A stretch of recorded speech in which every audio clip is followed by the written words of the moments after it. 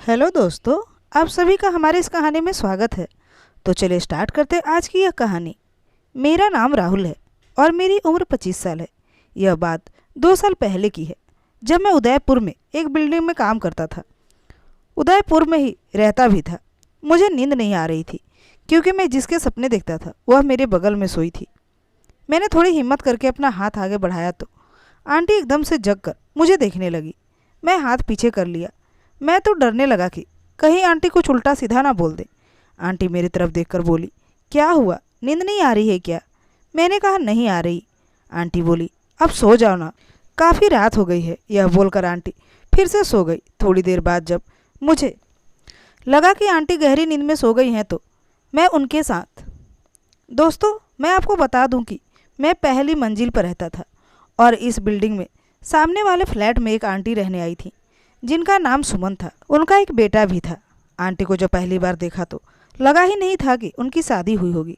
जब पहली बार मैंने आंटी को देखा तभी से मेरा मन आंटी पर आ गया था। आंटी अपनी बेटे को साथ अकेली ही रहती थी और उसका पति कभी कभी महीने में एक बार आ जाया करता था।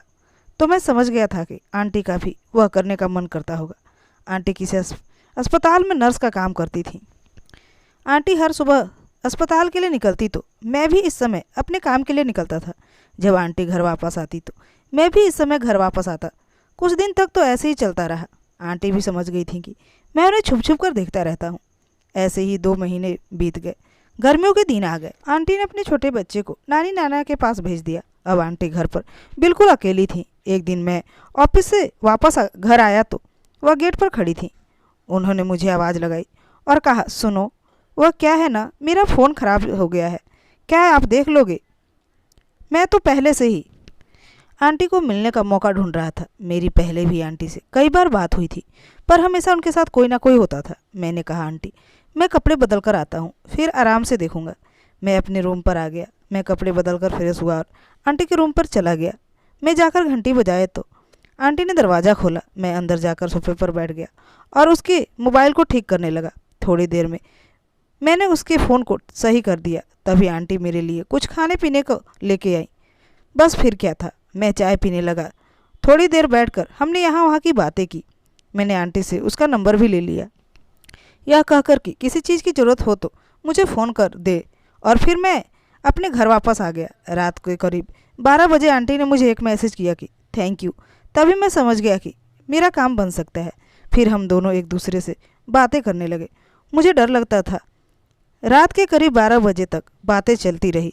फिर मैं बोला, अब सो जाते हैं, काफ़ी रात हो गई है, मुझे डर लगता है। मैं बोला, मेरे यहाँ आ जाओ, यहाँ सो जाना और सुबह जल्दी चले जाना। उसके बाद मैं सोचने लगा कि अगर किसी ने आंटी को मेरे यहाँ देख लिया तो वह अब बवाल हो जाएगा। आंटी ने कहा, तुम एक काम करो, यहाँ आ जाओ, सुबह चले जाना। मैं थोड़ी देर सोचने के बाद बोला, ठीक है, दरवाज़ा खोलो, मैं आपके यहाँ आ जाता हूँ। उसके बाद मैं वहाँ चला गया। आंटी के घर पे सिर्फ एक ही बेड था, क्योंकि वह अकेली ही रहती थी। जब मैं आंटी से पूछा तो वह बोली, कोई बात नहीं, इसमें 2 लोग आराम से सो सकते हैं। मुझे भला क्या परेशानी हो सकती थी। मैं भी उसके साथ ही लेट गया।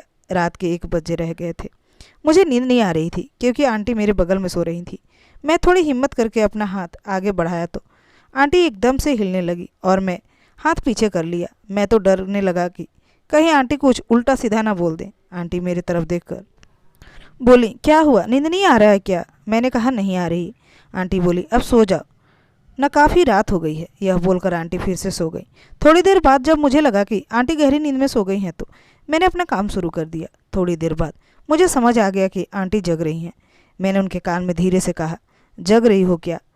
तो उसने धीरे से कहा, हाँ। मैं खुश हो गया और फिर अगली सुबह 10 बजे मेरी आँख खुली। तभी आंटी मेरे लिए चाय बना कर ले आई।